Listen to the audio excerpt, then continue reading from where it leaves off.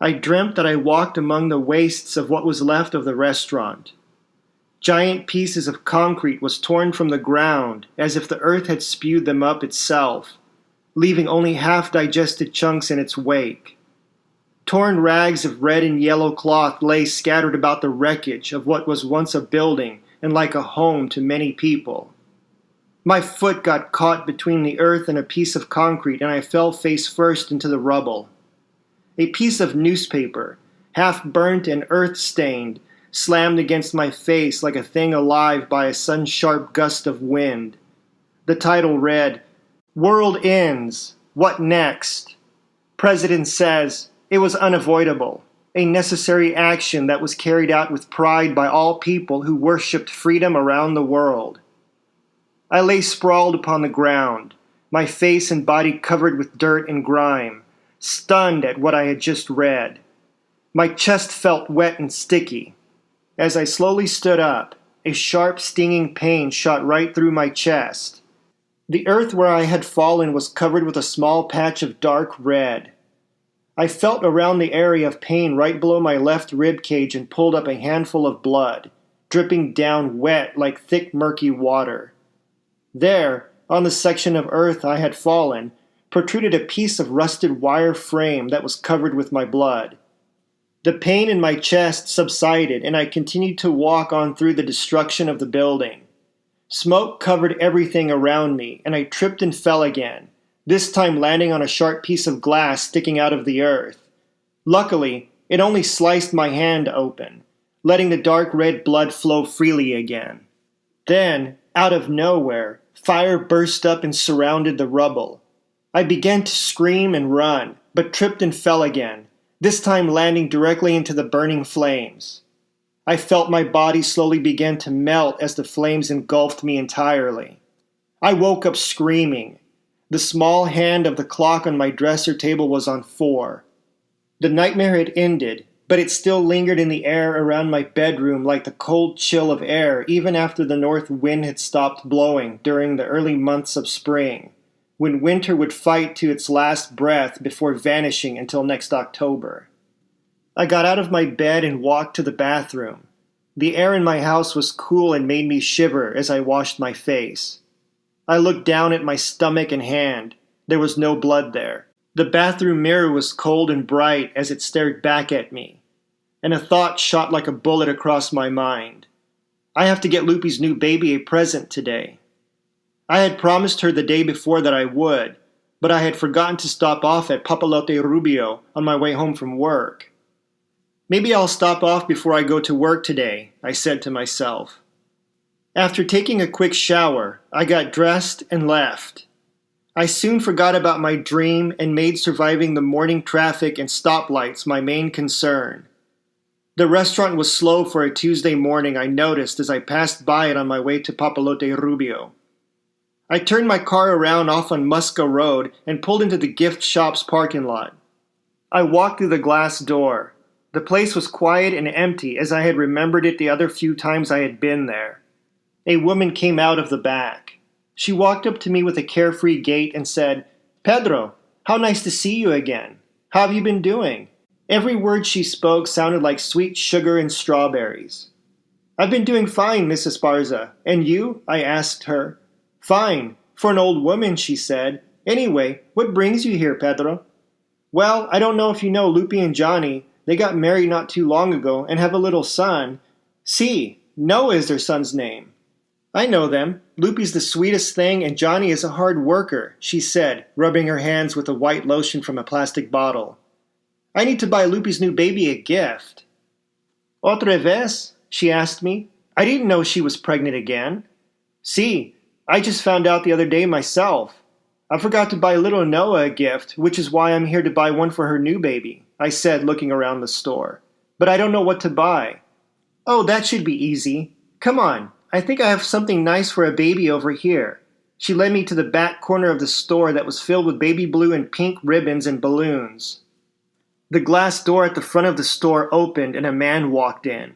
"Excuse me a second, Pedro. Let me see what the gentleman wants," she said, walking over to him.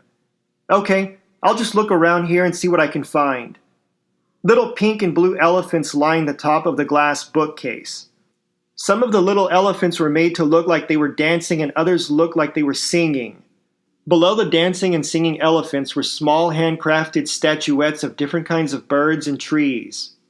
Underneath them were statuettes of clowns, popcorn cartons full of yellow painted popcorn, and plaster statuettes of dogs and cats with cute looks upon their faces.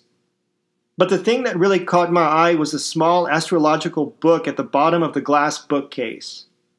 I picked up the small book and gently thumbed through it, careful not to bend or wrinkle any of its pages. The book was an astrological guide for small children between the ages of 3 and 13. It named all of the common stars, planets, and constellations in the night skies for children to learn. In my joy at finding the perfect gift for Lupi's new baby, I almost knocked over a small statuette of an Egyptian Apis. I closed the small book and took it over to show Mrs. Sparza that I had found a gift. She was still talking to the man who had entered the shop a few minutes before. As I approached them, I could feel the tension in the air. "That's not what I was looking for," the man said in an irritated voice to Mrs. Sparza. "Someone told me that you have emerald glass frogs here." "See," Mrs. Sparza replied calmly. "I did have them here, but I have already sold them. Perhaps there is something else that might interest you." "No, I wanted the emerald glass frogs for my wife's anniversary. She loves stuff like that. Now I don't know what I'm going to buy her." "See, Pedro?" She turned and said to me, "Did you find something?" "Yes, this small astrology book for children. It'll be great for Lupi's baby when it's old enough to read and write." "My wife likes stars and planets and stuff like that," the man said. "Do you have a larger book like that, but for adults?" "I did, but I sold it to a woman from Mexico," she said. Was her name Francie? I asked her. "Si, Pedro. Her mother owns Chile Reano." "So you don't have anything here?" the man asked her angrily. "Plenty of nice things to make gifts out of, sir. Just look around." "I have looked around, and the only other thing I could have bought my wife for her anniversary instead of the stupid glass frogs you said you sold to some woman from Mexico," he growled at her. "Excuse me, sir," I interrupted, "but there's no need to be angry at her for not having what you want. And that woman from Mexico was my girlfriend." "Then why don't you go join her there, you asshole?" he shouted at me. "Look, I don't know who you think you are, but you better get out of here right now before I—" Mrs. Sparza placed her hand on my chest and stepped in between us. "That's enough, Pedro," she said. "I'll handle this. You can leave now, sir. Thank you, but I do not wish to do business with you." "Fine," he shouted at her, then grunted out the words, "To hell with you and your damn stupid little gift shop." We watched him as he walked out the glass door, slamming it behind him. In a final gesture of his disgust toward her, he spat on the side of the building. Mrs. Sparza ran to the door, opened it, and yelled at the top of her lungs, "And don't come back here, you filthy no-good bastard." She quietly closed the door and walked over to where I was standing. "Don't worry, Pedro. It does no good to call the police on idiots like that anymore. I've learned how to handle those kinds of fools on my own in my own way," she calmly said to me. I said, "So I see, Mrs. Sparza. Wow, you really let him have it, didn't you?" She made the gesture as if she was wiping something off of her shoulder and said, "So, what did you find, my dear?" "This children's astrological book." "Oh, see, it's nice, no?" "I think it will make the perfect gift for Lupi's baby one day," I said. "How much is it?" $4 altogether." I took the crinkled money out of my pocket and handed it over to her. She took it and then handed it back to me. She said, "For helping me out today with that rough customer, Pedro." "Thank you." "No," I said, refusing the money back. "Let me pay for it, please." "No," she replied forcefully. "It's a gift for a gift, see?" "See," was all I could answer.